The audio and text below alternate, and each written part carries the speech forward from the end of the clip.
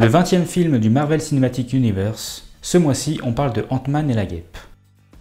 Le film, sorti en France le 18 juillet, est réalisé par Peyton Reed. Les studios d'effets numériques sont Double Négative, ILM, Digital Domain, Method Studio, Lola VFX, Luma Pictures, Rise, Rodeo FX, Scanline VFX, Cinesight, Crafty Apes, Exceptional Minds, Perception, The Embassy et Technicolor Creative Services.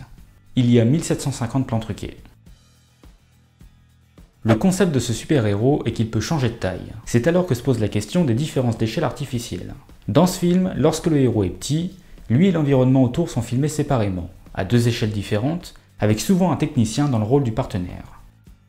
Le mouvement de caméra des deux éléments séparés doit être identique, donc soit avec une caméra de motion control qui permet d'enregistrer un mouvement pour le répéter à l'infini, ou alors, ce qui est plus courant aujourd'hui, faire un match moving, c'est-à-dire traquer le mouvement par ordinateur pour l'envoyer dans les coordonnées de la caméra. Cependant, lorsque les deux éléments à échelle différente ont un contact physique ou échangent quelque chose, il devient quasiment impossible de se suffire de leurs prises respectives. C'est ainsi que la 3D intervient pour parfaire la transition. En l'occurrence, dans ce plan, au moment de l'échange, les mains des acteurs, tout comme le sac, sont remplacées en 3D.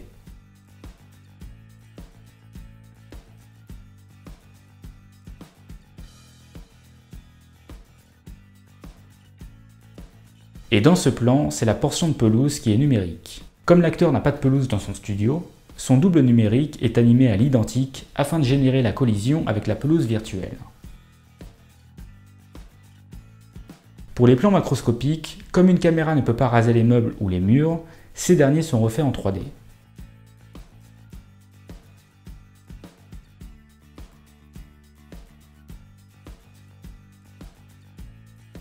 Concernant les doubles numériques, les acteurs en costume sont scannés puis les modèles sont envoyés aux différents studios en charge.